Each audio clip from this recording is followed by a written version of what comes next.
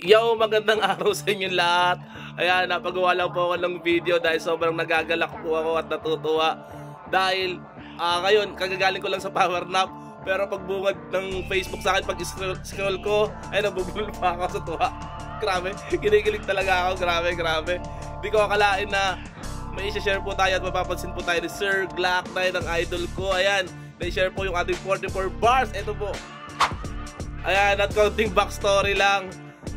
Daigi pala na-i-post ko talaga kasi sa totoo lang wala na akong planong i-post siya. Plano ko nga sanang burahin kanina kasi sobrang nahihiya ako. Alam mo yun, nandun yung nahihiya ako sa entry ko dahil alam kong hindi ako satisfied talaga. Yun, to be honest, hindi ako satisfied sa entry ko. Alam ko na alam mo yun na parang sige, may share na lang ako, makapag-ambag na lang ako sa challenge na to kasi sayang naman.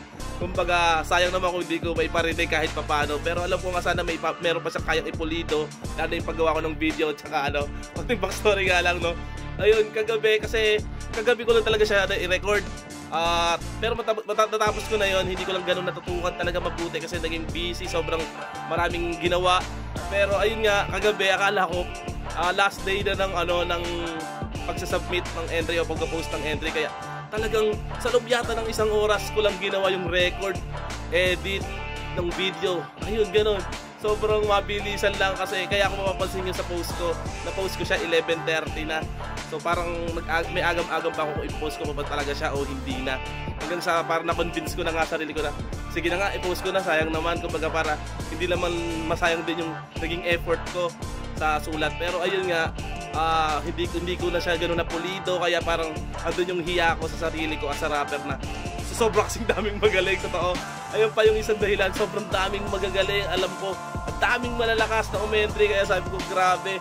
Ayun, hanggang sa parang na-convince ko sarili ko na sige na nga, i-post ko na to, hindi ko na i-expect, hindi na ako mag-expect kahit hindi ako ma-share. Kumbaga ni Sir Glock, hindi ako ma-share ni Sir Glock.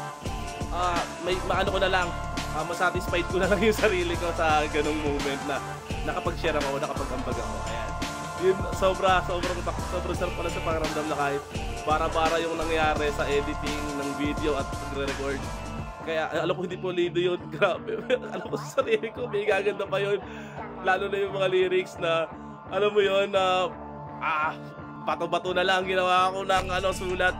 Pero ayun, siguro ayun, nakuha pa rin ni Idol yung message ko talaga doon na tungkol sa pamana, about music.